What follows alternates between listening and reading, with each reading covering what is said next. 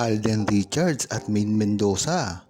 Natuwa nang malaman ang pagbabalikan ni Catherine Bernardo at Daniel Padilla. Usap-usapan nga ngayon sa internet ang tila pagbabalikan umano ni Catherine Bernardo at Daniel Padilla. Ito ay nababalita at kumakalat ngayon sa mga social media. At ito ay mismong pinapatunayan ng isang batikang reporter.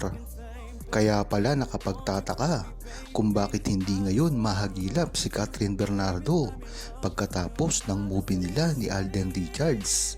Kung matatandaan nyo, pagkatapos kasi ng movie ni Alden Richards ay tila pag-uwi nito ay lahat ng galaw niya ay nalalaman pa rin ng taong bayan, lalong-lalo na ang mga true-blooded Aldam Nation. Diyan mo talaga malalaman ang pagka-updated ng buong Pilipinas pagdating kay Catherine Bernardo at Alden Richards. Ngunit ang nakapagtataka dito ay ang galawan ngayon ni Catherine Bernardo ay hindi siya mahagilap. Ngunit pinapatotohanan naman ito ng isang batikang reporter na tila nagkikita raw sila ng palihim ni Daniel Padilla. Kung ito man ang totoong nangyayari ay tila baka meron ding kinalaman dito si Alden Richards sa pagsasama nilang ginawa ni Catherine Bernardo ng mahigit sa ilang buwan. Ay malalaman natin na talagang nakapag-usap sila ng seryosohan. Alam naman kasi natin ang mga lumalabas na bali-balita patungkol sa panliligaw umano ni Alden Richards kay Catherine Bernardo ay hindi naman totoo. Ngunit ginagawa lang ito para saktan ang mga fans ni Daniel Padilla. Ngunit ngayon, lumalabas na ang totoo at dito mo makikita na talagang kaibigan at parang magkapatid lamang ang turingan ni Alden Richards at Catherine Bernardo dahil na rin sa balitang ito na lumalabas at nagpapatunay kung gaano ka talaga katotoo ang sinasabi noon ni Alden Richards na ang relasyon nila ni Catherine Bernardo ay isang magkaibigan lamang. At makikita mo ngayon na hindi na rin naman talaga sila nag-uusap. Mga gatherings na lang kung sila man ay magsama.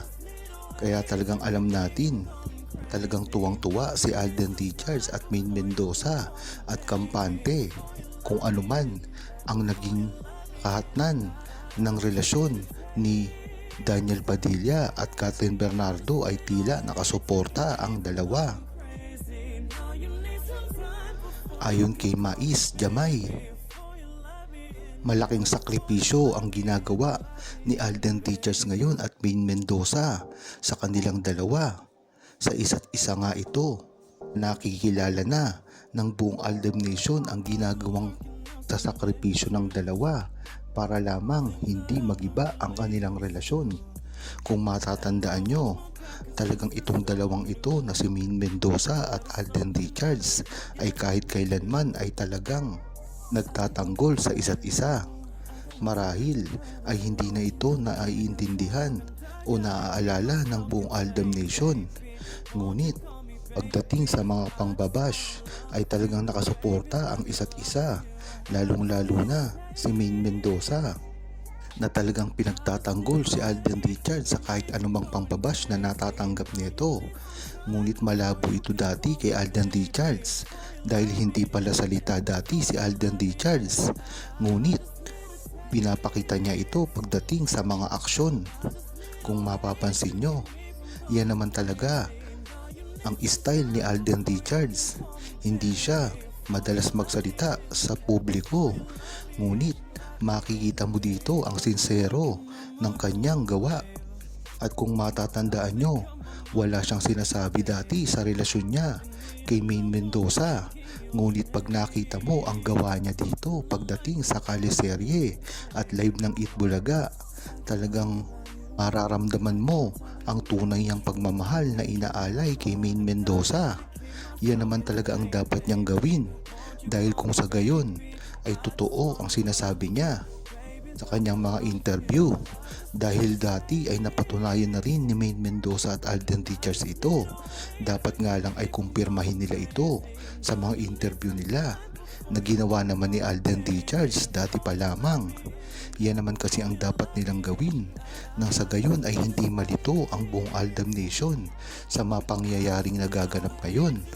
Hindi lang naman kasi sila ang nadadown dito, pati ang mga fans nila at buong Two-Blooded Aldam Nation ay kasama nila para sa kanilang laban. Kaya kung tatanungin nyo ang buong Aldam Nation, marapat ay talagang dapat respetuhin kung anuman ang gagawin at kagustuhan ni Maine Mendoza at Alden Richards na ipakita sa publiko. Ayon naman kay Joanna Marie Salinas, magandang ang example ang ipinakikita ni Maine Mendoza at Alden Richards pagdating sa pagsasamahan nila at kanilang relasyon. Hindi pinapakita nila ito ng buong buo sa publiko. Ngunit ang buong Aldam Nation na ang dapat mag-interpret sa mga kilos at galaw ni Alden Richards at Maine Mendoza. Dapat nga ay mangyari na ang kanilang pelikula na inaasahan ng buong Aldam Nation na mangyari ngayong taon. Ngunit ang tanong dito ay si Alden Richards. Dahil nga namang napakaraming hectic na schedule ang ginagawa ni Alden Richards, ay talagang medyo malabo kung ito ba ay matutuloy ngayong taon. Ngunit kung titiyakin ni Alden Richards ang kanyang schedule ay magkakasabay din. Maaari niyang ipalabas ang pelikula nila ni Maine Mendoza ngayong taon, kagaya rin ng schedule na ginawa niya sa kanyang pelikula kasama si Kathryn Bernardo. Yan na lamang kasi ang paraan para makagkaroon ng schedule kung ano man ang gagawin ni Alden Richards. Dahil napakaraming ang araw na nabakante si Alden Richards sa GMA, ay tila kokolekta ito ng trabaho pagdating kay Alden Richards. Malamang ay kabi-kabila ang mga guesting niya at mga show sa GMA ngayong taon na talaga namang mahihirapang gumawa si Alden Richards ng pelikula kasama si Maine Mendoza.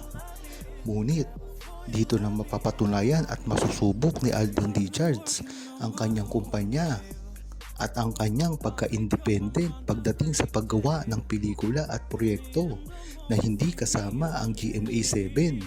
Sana nga ay patunayan ni Alden Richards ito na kahit ano pang mangyari ay kaya niyang gumawa ng pelikula nang wala nagrereklamo o nag-uutos sa kanya.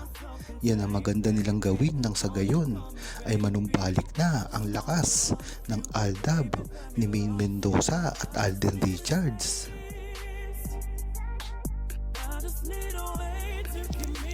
Huwag kalimutang mag-subscribe, comment at i-like ang video na ito. Thanks for watching!